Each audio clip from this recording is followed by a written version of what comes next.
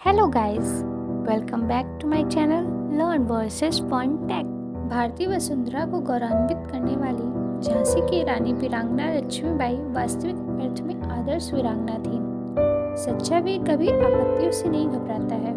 प्रलोभन उसे कर्तव्य पालन से विमुख नहीं कर सकता। उसके लक्ष्य उदार और उच्च होते हैं। उसका चरित्र अनुकरणीय होता है। अपने पवित्र उद्देश्य की प्राप्ति के लिए वह सदैव आत्मविश्वासी, कर्तव्यपरायण, स्वाभिमानी और धर्मनिष्ठ होता है। ऐसी ही थी वीरांगना रानी लक्ष्मीबाई। रानी लक्ष्मीबाई का जन्म वाराणसी में 19 नवंबर 1888 ईस्वी को हुआ था। उनका बचपन का नाम मणिकर्णिका था, लेकिन प्यार से उन्हें लोग मनु कहकर बुलाते थे। उनकी माँ का नाम भागीरथी बाई और पिता का नाम मोरोपंत ताबे था। मोरोपंत ताबे एक मराठी थे और मराठा बाजीराव की सेवा में थी।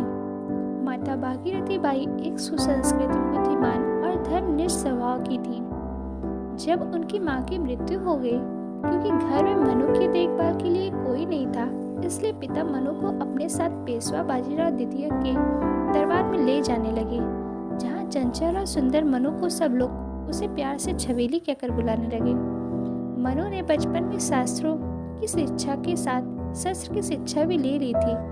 सन 1842 में उनका विवाह झांसी के मराठा शासित राजा गंगाधर राव नेवालकर के साथ हुआ और वे झांसी की रानी बन गई। विवाह के बाद उनका नाम रानी लक्ष्मीबाई रखा गया। सितंबर 1851 में रानी लक्ष्मीबाई ने एक पुत्र को जन्म दिया, परंतु 4 महीने की उम्र में ही उसकी मृत्यु हो गई। सन 1853 में राजा गंगाधर राव का स्वास्थ्य बहुत अधिक बिगड़ जाने पर उन्हें दत्तक पुत्र लेने की सलाह दी गई। पुत्र को लेने के बाद 21 नवंबर 1853 को राजा गंगाधर राव की मृत्यु हो गई। दत्तक पुत्र का नाम दामोदर रखा गया। ब्रितानी राज में अपनी राज हड़प नीति के तहत बालक दामोदर राव के खिलाफ अदालत में मुकदमा दायर कर दिया। हालांकि मुकदमे में बहुत बहस हुई, परंतु इसे खारिज कर दिया गया। ब्रितानी अधिकारियों ने राज का खजाना जब्त कर लिया और उनके पति के कर्ज को रानी के सालाना खर्च में से काटने का फरमान जारी कर दिया। इसके परिणाम स्वरूप रानी को झांसी का किला छोड़कर झांसी के रानी महल में जाना पड़ा, पर रानी लक्ष्मीबाई ने हिम्मत नहीं हारी और उन्होंने हर हाल में झांसी राज्य की रक्षा करने का निश्चय किया। झांसी सन 1857 के संग्राम का एक प्रमुख केंद्र बन गया था, जहाँ हिंसा भड़क उठी थी।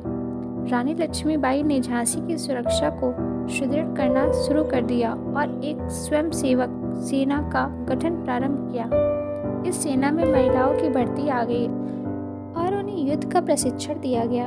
साधारण जनता ने भी इस संग्राम में सहयोग दिया। झलकारी बाई, जो कि लक्ष्मीबाई की हमशक्ल थी, को उन्होंने अपनी सेना को प्रमुख स्थान दिया। सन 1857 के सितंबर तथा अक्टूबर के महीनों में पड़ोसी राज्य ओरछा तथा दतिया के राजाओं ने झांसी पर आक्रमण कर दिया। सफलतापूर्वक इसे विफल कर दिया गया, पर 1858 के जनवरी माह में ब्रितानी सेना ने झांसी की ओर बढ़ना शुरू कर दिया और मार्च के महीने में शहर को घेर लिया। 2 हफ्तों की लड़ाई के बाद ब्रितानी सेना ने शहर पर कब्जा कर लिया, परंतु रानी दामोदर राव के साथ अंग्रेजों से बचकर भाग निकलने में सफल हो गई। रानी झांसी से भागकर कालपी पहुंची और तात्या टोपे से मिली। तात्या टोपे और रानी की संयुक्त सेनाओं ने ग्वालियर के विद्रोही सैनिकों की मदद से ग्वालियर के एक किले पर कब्जा कर लिया। बाजीराव प्रथम के वंशज अली बहादुर द्वितीय ने भी रानी लक्ष्मीबाई का साथ दिया और रानी लक्ष्मीबाई ने उन्हें राखी भेजी थी, इसलिए वे भी इस युद्ध में उनके साथ शामिल हुए। सन 18 जून 1858 को ग्वालियर के पास कोटा की सराय में ब्रितानी सेना से लड़ते लड़ते रानी लक्ष्मीबाई की मृत्यु हो गई। लड़ाई की रिपोर्ट में ब्रितानी जनरल ह्यूजरो ने टिप्पणी की कि रानी लक्ष्मीबाई अपनी सुंदरता, चालाकी और दृढ़ता के लिए उल्लेखनीय तो थी ही, विद्रोही नेताओं में सबसे अधिक खतरनाक भी थी।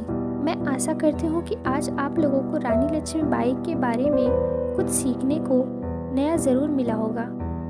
अगर आज आपने कुछ नया सीखा हो तो हमारे बाकी की वीडियो को भी ज़रूर देखिए, ताकि आपको रोज़ कुछ ना कुछ नया सीखने को मिलता रहे। और इस वीडियो को अपने दोस्तों और जान पहचान वालों के साथ ज़रूर शेयर करें जिन्हें इसकी ज़रूरत हो।